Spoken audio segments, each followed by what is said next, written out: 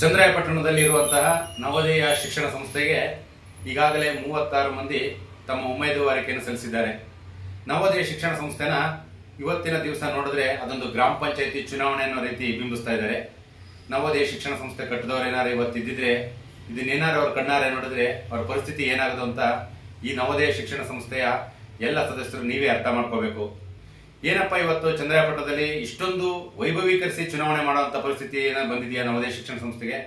ಅದನ್ನ ಅಲ್ಲಿ ನಿಂತಿರುವಂತಹ 36 ಮಂದಿ ಅಭ್ಯರ್ಥಿಗಳನ್ನೇ ಕೇಳಬೇಕಾಗಿದೆ.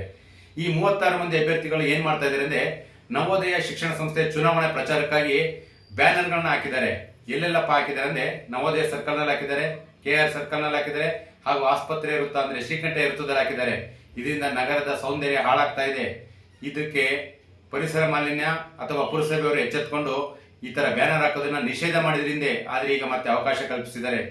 ಇಲ್ಲಿ ನಾನು ಯಾಕೆ ನವೋದಯ ಶಿಕ್ಷಣ ಸಂಸ್ಥೆಗೆ ಬರ್ತಾ ಇದ್ದೀನಿ, ನಾನು ಯಾಕೆ ಗೆಲ್ಬೇಕು, ನೀವೆಲ್ಲ ನನಗೆ ಯಾಕೆ ಓಟ್ ಕೊಡ್ಬೇಕು ಅಂತವ ಹಲವು ಮಂದಿ ಕೇಳ್ಬೇಕಾದ್ರೆ ಏನ್ ಹೇಳ್ತಾರೆ ಅಂದ್ರೆ ಶಿಕ್ಷಣ ಸಂಸ್ಥೆ ಅಧೋಗತಿಗೆ ಹೋಗಿದೆ, ನನ್ನನ್ನು ಆಯ್ಕೆ ಮಾಡಿ ಅಲ್ಲಿ ನಿರ್ದೇಶಕರನ್ನು ಮಾಡಿ ಶಿಕ್ಷಣ ಸಂಸ್ಥೆನ ಉನ್ನತ ಮಟ್ಟಕ್ಕೆ ತರ್ತೀನಿ, ಅದಕ್ಕೋಸ್ಕರ ದುಡಿತೀನಿ ಅಂತಾರೆ.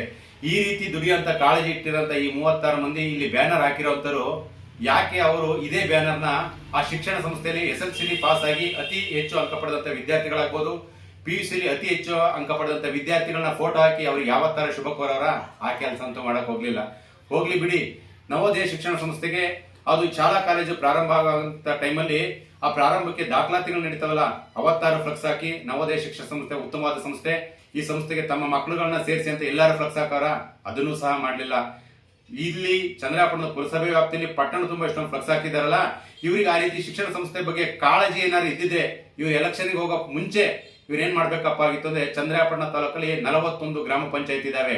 ಆ 41 ಗ್ರಾಮ ಪಂಚಾಯತಿಲಿ ಆ 41 ಗ್ರಾಮ ಪಂಚಾಯತಿ ವ್ಯಾಪ್ತಿಗೆ ಬರುವಂತ ಪ್ರಮುಖ ಹಳ್ಳಿಗಳಾಗ್ಬೋದು ಇಲ್ಲ ಗ್ರಾಮ ಪಂಚಾಯತಿ ಕೇಂದ್ರಗಳಾಗಿ ಅಲ್ಲಿ ನವೋದಯ ಶಿಕ್ಷಣ ಸಂಸ್ಥೆ ಒಂದು ಉತ್ತಮವಾದಂತಹ ಸಂಸ್ಥೆ.